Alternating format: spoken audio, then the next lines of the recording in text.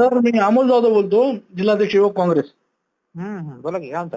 साहेब काय ना, आज आपला कार्यक्रम होता छत्रपती शिवाजी महाराज महाराजस्व समाधान शिबिर. होता होता ना. साहेब काय स्वरूप होतं कार्यक्रमाचं या?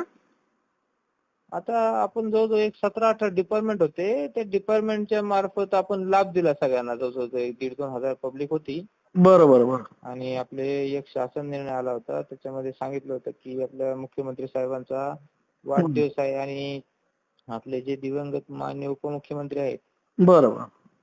अजितदादा पवार यांची एक प्रथम पुण्यस्मरणानिमित्त शिबिर आयोजित करा म्हणून सांगितलं गेलेलं. बरं. त्यानिमित्त हा कार्यक्रम होता बघा. अच्छा, सर्व लाभार्थी बोलवले होते का मग? हो, लाभार्थी बोलवले. साहेब आम्हाला एका प्रश्नाचं उत्तर पाहिजे होतं की ह्या कार्यक्रमाला आता प्रमुख अतिथी सगळे संवैधानिक पदावरचे लोक होते.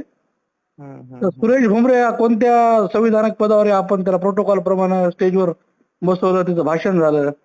हा भाजपचा मेळावा होता का साहेब हा? नाही, भाजपचा वगैरे मेळावा नव्हता. नाही, मग कोणत्या नव्हता. पक्षाचा सिम्बॉल लावून तिथं तो बसला? मग आज जो काही खर्च झाला त्याचा खर्च काय भाजप करणार आहे का आपण प्रशासन करणार आहे आजच्या नाही. कार्यक्रमाचा?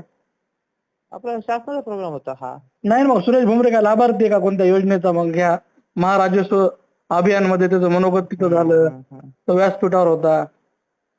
नाही, त्याला कसं साहेब कसं आहे, allow ऐका केलं ना गेलं. साहेब, ऐका ना, सत्ता वगैरे चला ठीक आहे, गोष्टी चालत राहतात, पण प्रशासनानं एखाद्या पक्षाचं बटीक म्हणून वागू नये, आमची एक नागरिक म्हणून अपेक्षा आहे तुमच्याकडून. हो, ते बरोबर, तुमचं म्हणणं बरोबर तसं. आणि माझी तुम्हाला विनंती आहे की तुम्ही ह्या कार्यक्रमाची पूर्ण जे स्टेज लाऊड साऊंड सिस्टीम याचं बिल भाजप कार्यालयाला पाठवा, माझी विनंती आहे साहेब तुम्हाला. आणि यापुढे साहेब असे कोणते कार्यक्रम, ऐका ना, यापुढे साहेब असे कोणते कार्यक्रम असले ना तर पूर्ण शासकीय प्रोटोकॉल आपण पाळावं, विनंती आहे आपल्याला. अन्यथा आम्ही तसे कार्यक्रम उधळून लावू साहेब याच्या पुढे. ठीक आहे. त्याच्यामध्ये कसं होतं, जिल्हाधिकारी महोदय स्वतः होते.